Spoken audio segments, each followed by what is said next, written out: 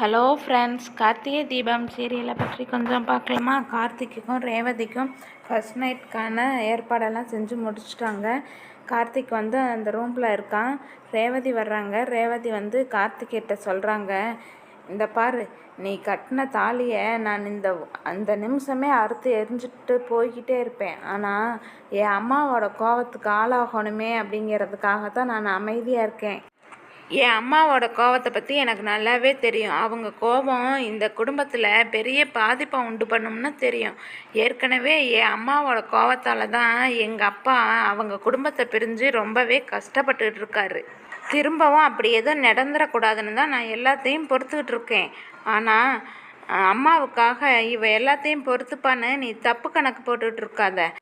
அப்படின்னு நினச்சி தப்பு கணக்கு போட்டு என்கிட்ட நெருங்கலான்னு நினச்சா நான் அந்த நிமிஷமே உயிரை விட்டுருவேன் அப்படின்னு சொல்லிட்டு பாய் எடுத்துகிட்டு தரையில் விரித்து படுக்க போகிறான். அப்போ ரேவதி சொல்கிறான், இப்போ நீ இந்த வீட்டு டிரைவர் இல்லை, மாப்பிள்ளை, அதுக்கு நான் மரியாதை கொடுக்கணும்ல, நீ கட்டில் படுத்துக்க, நான் தரையில் படுத்துக்கிறேன் அப்படின்னு ரேவதி சொல்லிகிட்டு இருக்காங்க. ரேவதி கார்த்திகிட்ட சொல்கிறான், நீ ஏதாச்சும் எனக்கு நல்லது பண்ணணும்னு நினச்சா மகேஷை கொண்டுட்டு என்கிட்ட ஒப்படைச்சிடு, அப்படி இல்லைன்னா அவங்க அண்ணி மாயாகிட்ட ஒப்படைச்சிடு, எனக்கு அதுவே போதும் அப்படிங்கிறான். அப்படின்னு சொல்லிட்டு தரையில் படுத்து தூங்க போகிறான். இப்படியாக இன்றைய எபிசோட் முடிவடைகிறது.